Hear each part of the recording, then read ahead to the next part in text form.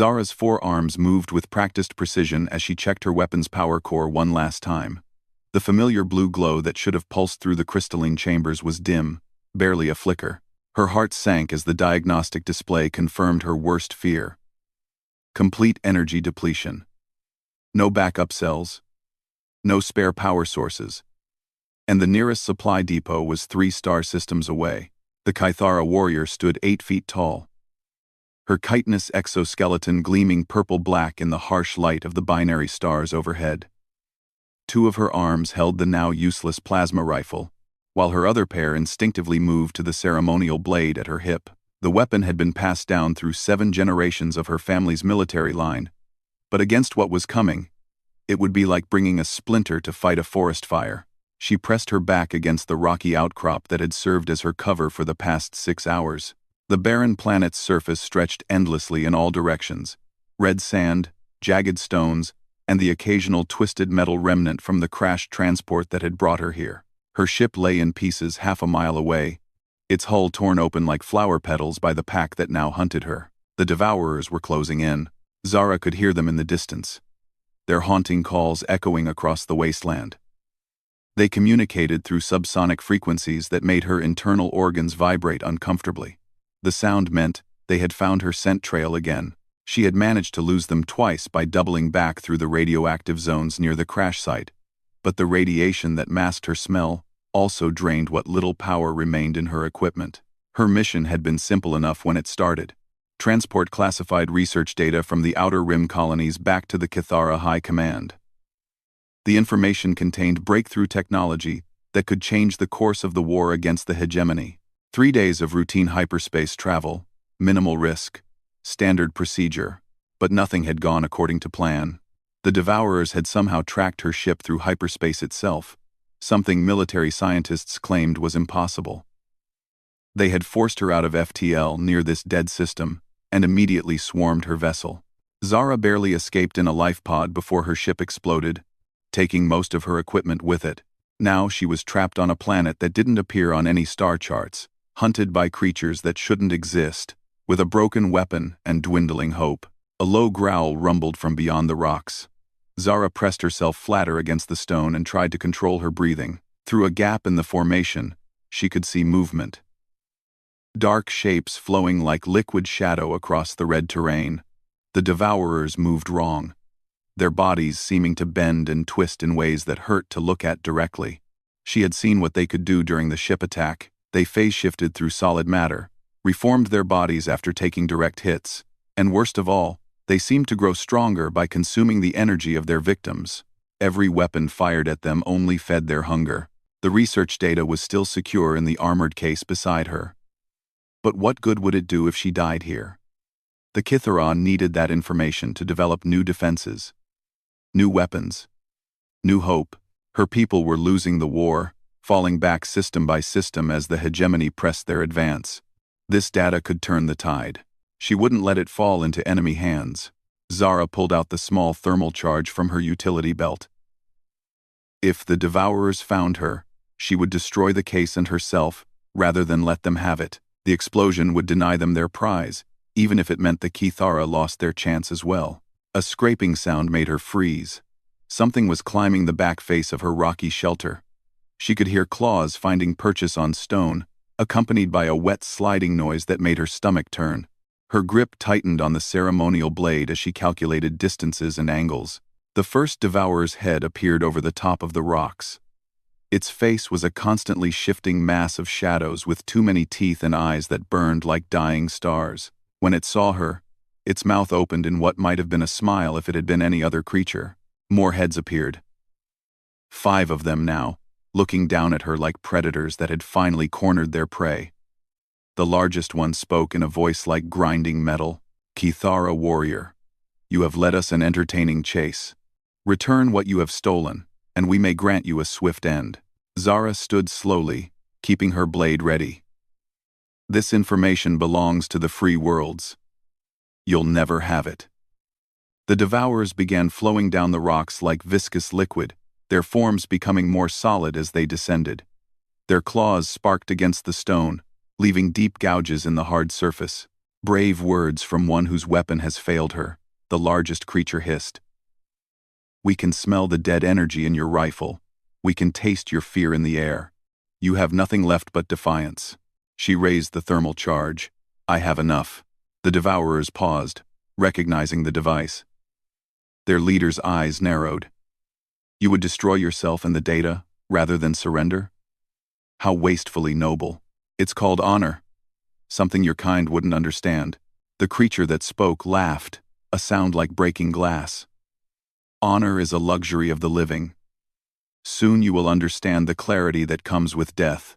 They began to close in, moving in coordinated sweeps designed to prevent her from activating the charge.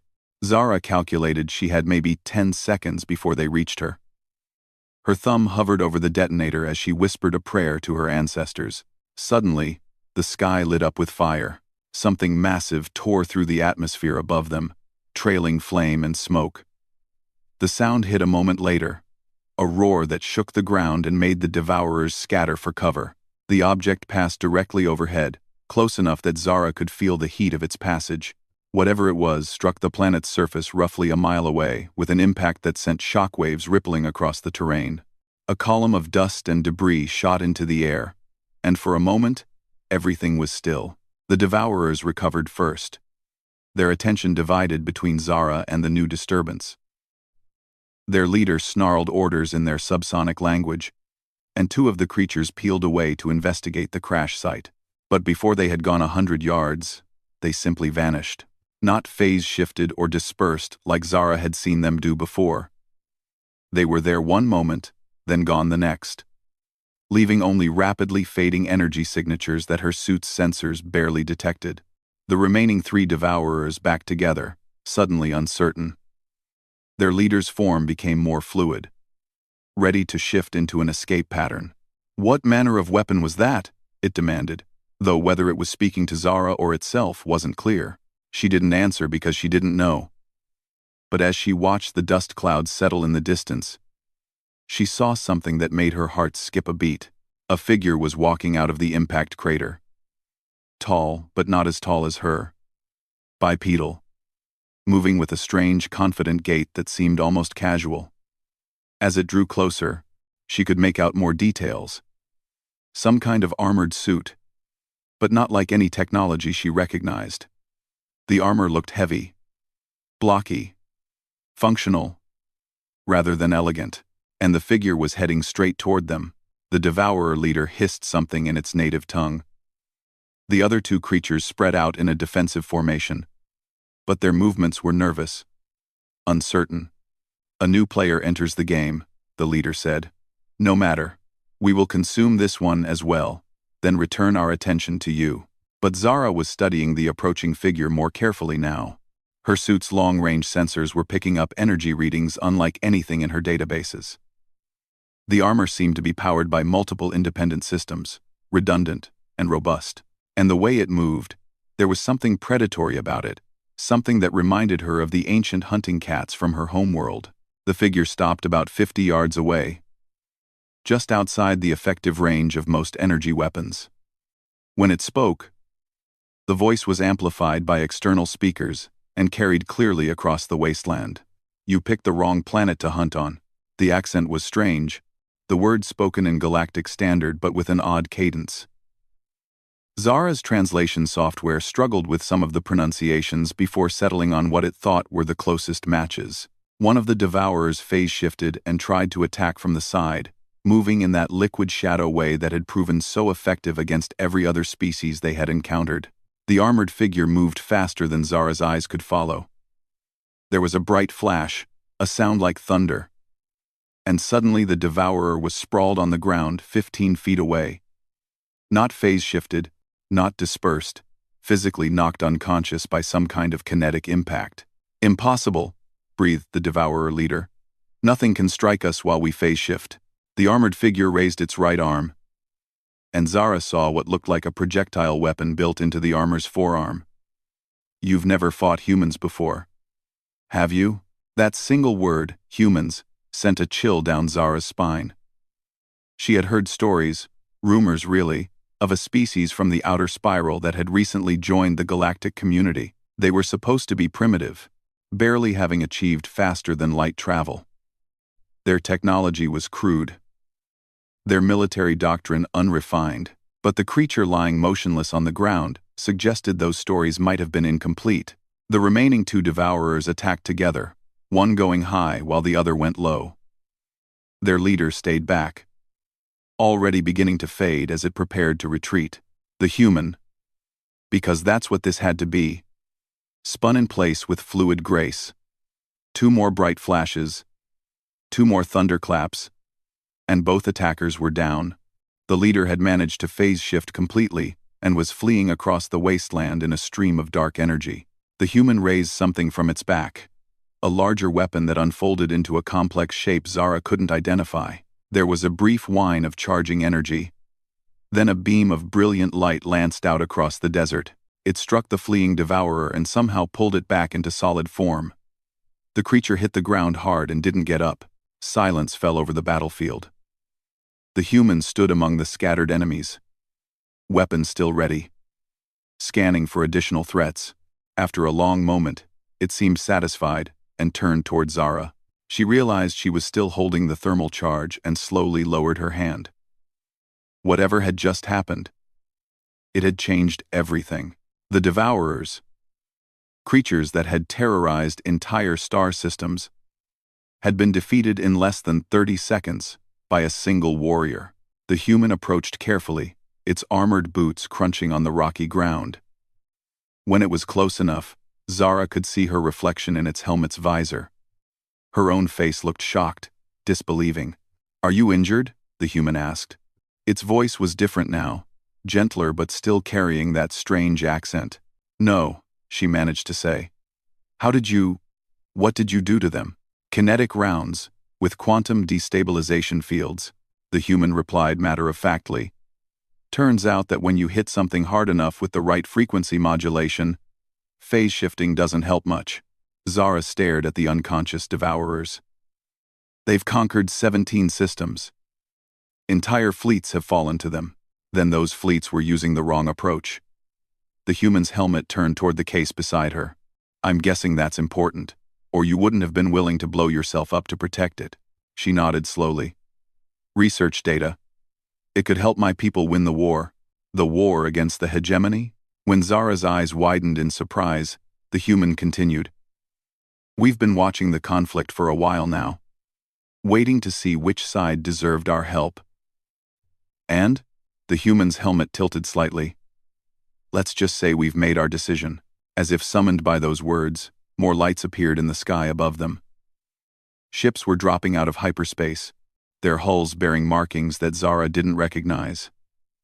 The vessels looked crude compared to Cathara designs, all angles and heavy plating. But there was something undeniably intimidating about their presence. "My name is Marcus Chen," the human said, extending an armored hand in what Zara's cultural database identified as a greeting gesture. "Lieutenant Colonel, 3rd Expeditionary Force, and you just became the first alien to witness humanity's formal entry into your galactic war." Zara reached out with one of her arms and carefully grasped the offered hand. The armor was warm to the touch, and she could feel the subtle vibration of the power systems running through it. "I am Zara Keith Marine, 7th Tactical Wing of the Cathara Defense Corps. Pleased to meet you, Zara." Marcus turned toward the incoming ships. "Hope you're not in a hurry to get home. We're going to need someone who can explain the political situation to our command staff." She looked at the unconscious devourers, then at the human warrior who had appeared from nowhere to save her life, and possibly change the course of history. "I have time," she said. Above them, the first human warship settled into orbit, its weapons already scanning for threats. The war was about to change in ways that nobody, not the Cathara, not the hegemony, and certainly not the devourers, could have predicted. Humanity had arrived. The human transport ship looked nothing like what Zara had expected. Where Cathara vessels were elegant curves of living metal that grew rather than being built, this craft was all brutal efficiency, thick armor plating, redundant systems, and weapon hardpoints that seemed designed for prolonged combat rather than quick strikes. Marcus led her through corridors that felt more like bunkers than spaceship passages. The walls were lined with conduits and access panels, everything built to be repaired or replaced quickly under battlefield conditions. Emergency supplies were secured at regular intervals, and she noticed blast doors that could seal off sections of the ship if needed. "Different from what you're used to?"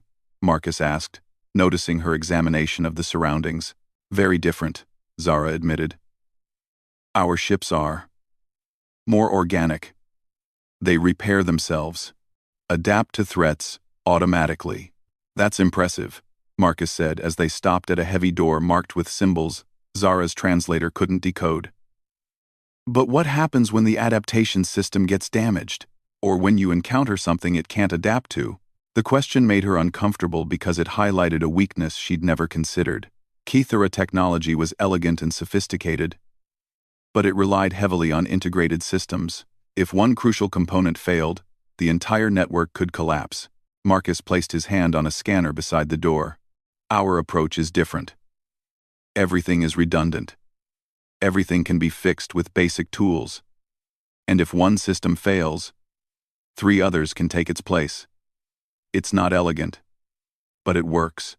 The door slid open to reveal what the humans called a briefing room. The space was utilitarian. Metal table, simple chairs, displays mounted on the walls, but what caught Zara's attention were the other occupants. 3 humans sat around the table, all wearing variations of the armor she'd seen Marcus use. Their helmets were retracted, revealing faces that showed a diversity she hadn't expected. Different skin tones, different features, but all sharing a certain alertness that reminded her of veteran warriors. "Zara, meet the rest of Alpha Team," Marcus said, removing his own helmet. His face was younger than his voice had suggested, with sharp features and eyes that seemed to catalog everything around him. This is Sergeant Rosa Martinez, our tech specialist." A woman with dark skin and intricate patterns shaved into her hair nodded to Zara. Her armor was more heavily modified than the others, with additional sensor packages and what looked like miniaturized repair equipment. "Corporal James Wright, explosives and heavy weapons." A large man with pale skin and numerous scars grinned at her. His armor was the bulkiest, with extra ammunition, storage, and hardpoints for larger weapons. And Specialist Lin Zhao, our medic and xenobiology expert. A slight woman with Asian features and calm demeanor smiled politely. Her armor included medical supplies and biological analysis equipment. "Everyone, this is Zara Keth Marine of the Kithara Defense Corps," Marcus continued. "She's going to help us understand what we're getting into." Rosa leaned forward. "Before we start, I have to ask, what exactly are those things we fought?" My sensors went crazy trying to analyze them. Zara settled into a chair that had been adjusted for her larger frame. "We call them Devourers. They appeared about 5 years ago in the Outer Rim territories. Nobody knows where they came from originally." "But you've been fighting them?" James asked. "Trying to," Zara said grimly. "They consume energy from technology and living beings to fuel their abilities. Phase shifting, matter manipulation, rapid healing. They get stronger as they feed." Lin looked up from a datapad. "That would explain why conventional energy weapons are less effective. You're literally feeding them ammunition." "Exactly. Most military forces have had to fall back to kinetic weapons. But even then, their phase shifting makes them nearly impossible to hit." Marcus activated a holographic display in the center of the table. It showed the battle from earlier, captured by his helmet cameras. "But they couldn't phase shift away from our rounds." "Why?" Rosa answered before Zara could. "Quantum destabilization field. It's a new technology we developed for dealing with energy-based defenses. Basically, it creates localized space-time disturbances that lock targets into normal matter states." "You developed this specifically to fight them?" Zara asked. "Not exactly," Marcus said.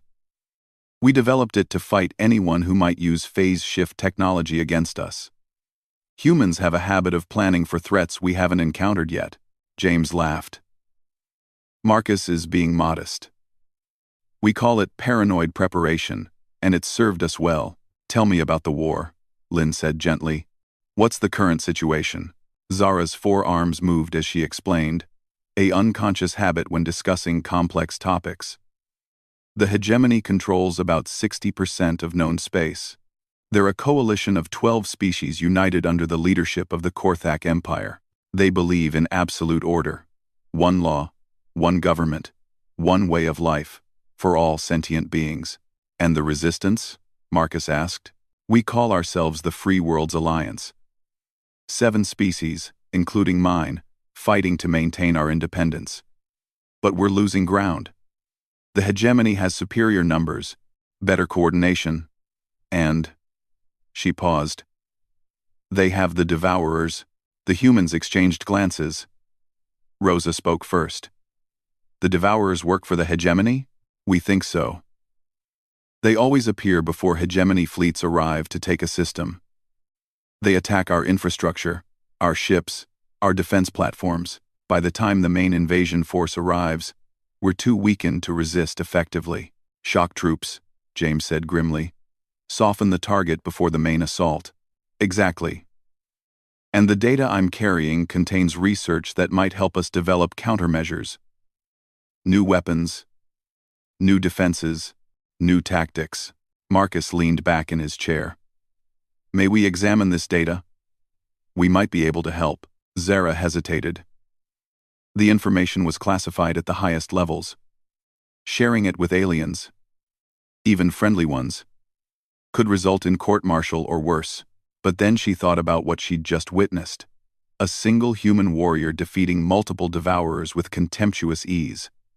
Technology that could lock phase-shifting enemies into normal space. Ships designed for prolonged warfare rather than elegant maneuvering. I'll need guarantees, she said finally. This information cannot fall into hegemony hands under any circumstances. You have our word, Marcus said simply. Lynn leaned forward. In human culture, giving your word carries significant weight. To break it would bring dishonor not just on the individual, but on their family, their unit, and their species.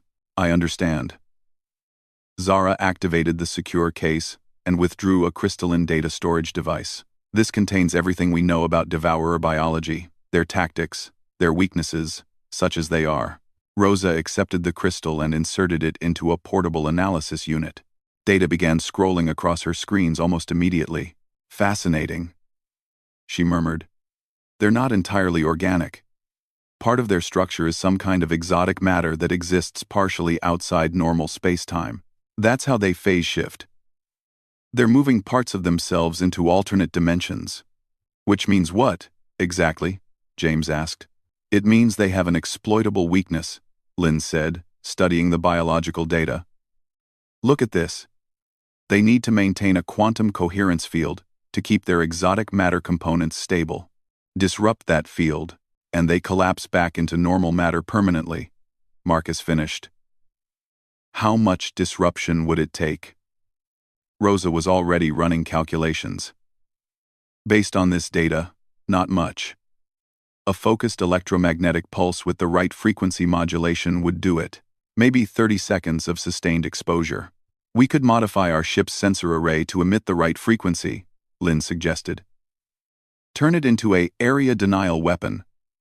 Better yet, James added, we could mount smaller versions on our armor.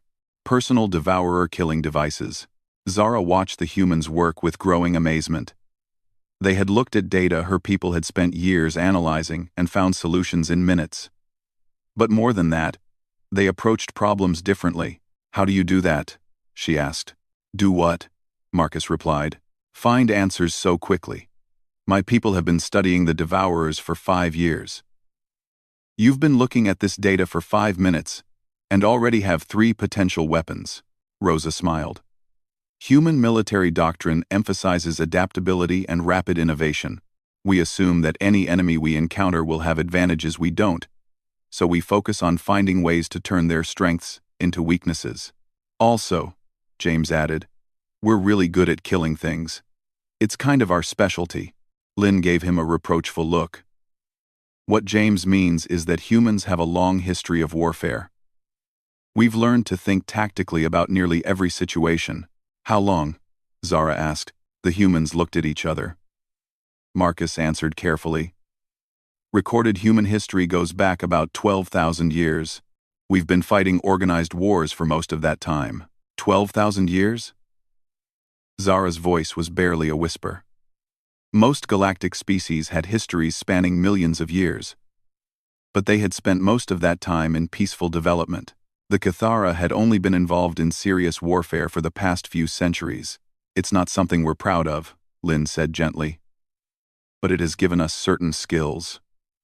Skills like this, Marcus said, activating another holographic display. This one showed a tactical analysis of the battle earlier. Watch how the Devourers moved. They're used to opponents who panic, who retreat when faced with an unknown threat. They expect their enemies to react defensively. The display highlighted the Devourers' positioning and attack patterns, but when faced with an enemy who attacks immediately, who doesn't give them time to phase shift or coordinate, they become confused. Their tactics assume their opponents will be afraid. Humans don't get afraid? Zara asked. James laughed. Oh, we get scared plenty. The difference is that we're trained to attack when we're afraid, not retreat. Fear can be useful, Rosa added. It makes you alert, focused. The trick is learning to use it instead of letting it use you. A soft chime indicated an incoming communication. Marcus activated the comm system, and a new voice filled the room. Older, carrying more authority. Alpha Team, this is Colonel Hayes. Report to the command deck immediately. We've received intelligence about hegemony fleet movements in this sector. On our way, sir, Marcus replied. He stood and began replacing his helmet. Zara, would you be willing to attend this briefing? Your knowledge of enemy capabilities could be valuable. She nodded and stood as well. Of course. As they walked through the ship's corridors again, Zara found herself thinking about what she'd learned. The humans were younger than any other galactic species, but they had spent their brief existence learning to fight. Their technology was crude by galactic standards, but it was designed for war in ways that elegant Cathara systems were not. More importantly, they approached conflict differently. Where her people sought to outmaneuver or outthink their enemies, humans seemed to believe in outfighting them. It was a subtle but crucial distinction. The command deck was larger than the briefing room, filled with tactical displays and communication equipment. A dozen humans worked at various stations, monitoring ship systems and analyzing incoming data. At the center of it all stood a tall woman with graying hair and the bearing of a seasoned commander. Colonel Hayes, Marcus said, saluting. This is Zara Keth Marine of the Kithara Defense Corps. She provided the intelligence that allowed us to neutralize the Devourer threat. Hayes studied Zara with sharp eyes. Warrior Zara, I've heard interesting reports about your encounter with our enemies. They are formidable opponents, Colonel. Your people defeated them more easily than I thought possible, so we've discovered. But that brings us to our current problem. Hayes activated the main display, showing a star chart of the local sector. Long-range sensors have detected a hegemony battle group moving toward the Kithara core worlds. 12 heavy cruisers, 47 escort vessels, and support ships. Zara's heart sank. That was enough firepower to overwhelm any single system's defenses. But that's not the worst part, Hayes continued.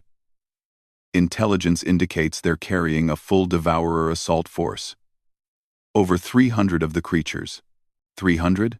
Zara whispered. Her people had never faced more than a dozen at once. The good news is that we now know how to fight them effectively. The bad news is that there are only 6 human ships in this sector, and they're expecting us to somehow stop an entire battle group. Marcus stepped forward. Orders, ma'am? Hayes smiled grimly. We're going to demonstrate why humans don't back down from a fair fight. She paused. And why we definitely don't back down from an unfair one. She turned to Zara. Warrior, would your people be willing to coordinate with human forces in a joint operation? Zara thought about her superiors, about protocol, about the chain of command that had governed Kithara military operations for centuries. Then she thought about 300 Devourers descending on her homeworld. The joint planning session had lasted 6 hours, and Zara's mind was still reeling from what she'd witnessed. Colonel Hayes had laid out a strategy that violated every principle of conventional military doctrine, and yet somehow made perfect sense. You want to attack them head-on? Admiral Kethvar had asked, when Zara explained the plan via quantum communication to the Cathara High Command. Her superior's image flickered in the holographic display, his ceremonial armor marking him as one of the highest-ranking military leaders in their civilization. Not exactly head-on, Zara had replied. The humans call it aggressive misdirection. We make the enemy think we're doing one thing, while actually doing something completely different. And you trust these humans with our fleet positions? Zara thought about Marcus and his team, about the casual competence with which they approached problems that had stymied her people for years. I trust them to do what they say they will do. And what they say they will do is destroy 300 Devourers in less than an hour. Now, 18 hours later, she stood on the bridge of the human flagship UES Defiance watching that plan unfold. The command center was a study in controlled chaos. Dozens of officers coordinating multiple fleet actions simultaneously, but underneath the apparent confusion was a precision that impressed her more each minute. Cathara fleet reports ready at coordinates 77 Mark III. Reported Communications Officer Taylor. Hegemony Battle Group is maintaining course and speed, added Sensor Specialist Chen. They're following the expected approach vector. Colonel Hayes stood at the center of it all, monitoring dozens of data streams while maintaining perfect situational awareness. Very good. Marcus, how are your Devourers?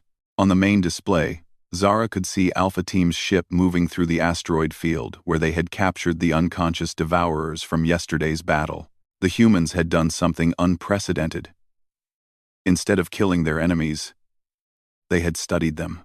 Package is secure, Marcus reported over the comm. Ross has finished the modifications. We're ready for delivery. Outstanding. Begin your approach.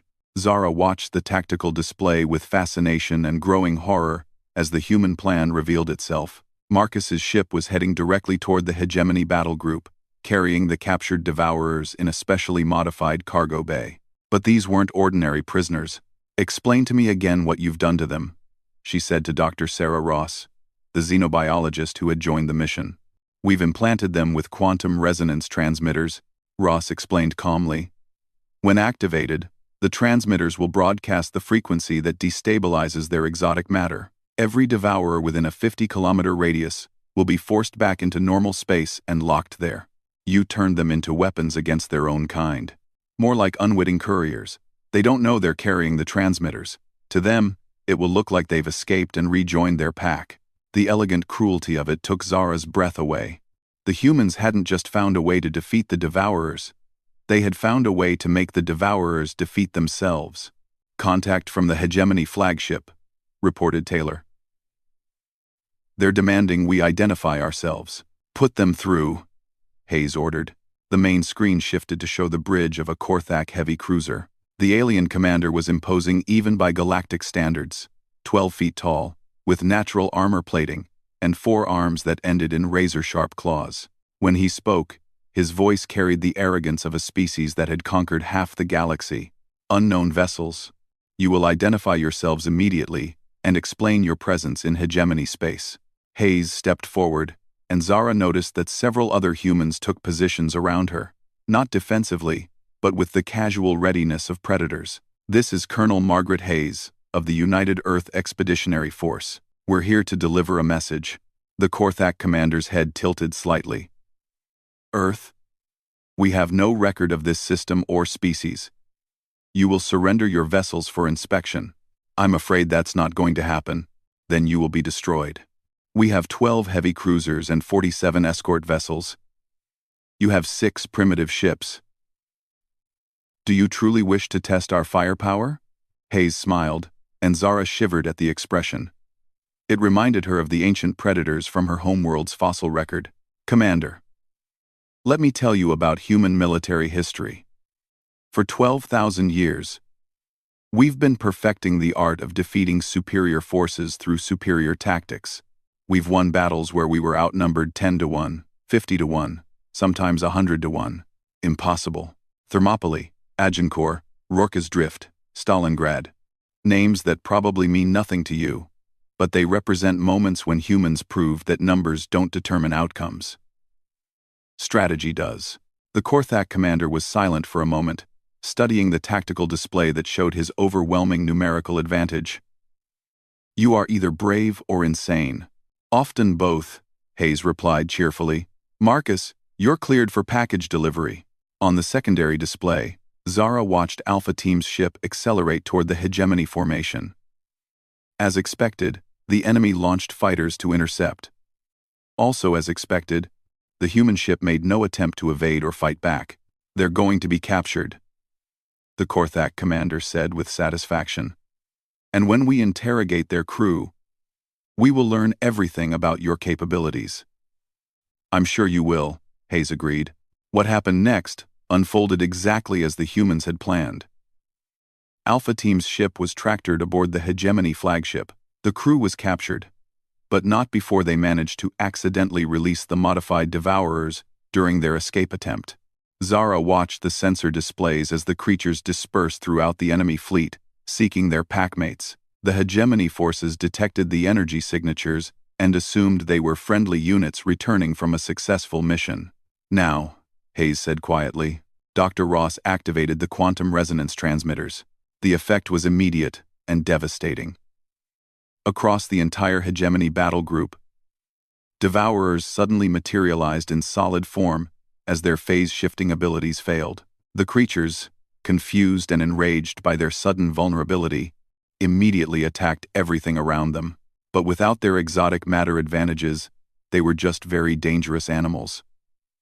And the Hegemony forces, trained to fight conventional enemies, knew how to handle dangerous animals. The battle that followed was chaos incarnate. Devourers rampaging through ship corridors, Hegemony security forces trying to contain them, and confusion spreading as commanders struggled to understand what was happening. Phase 2, Hayes announced. The Kithara fleet dropped out of hyperspace behind the enemy formation.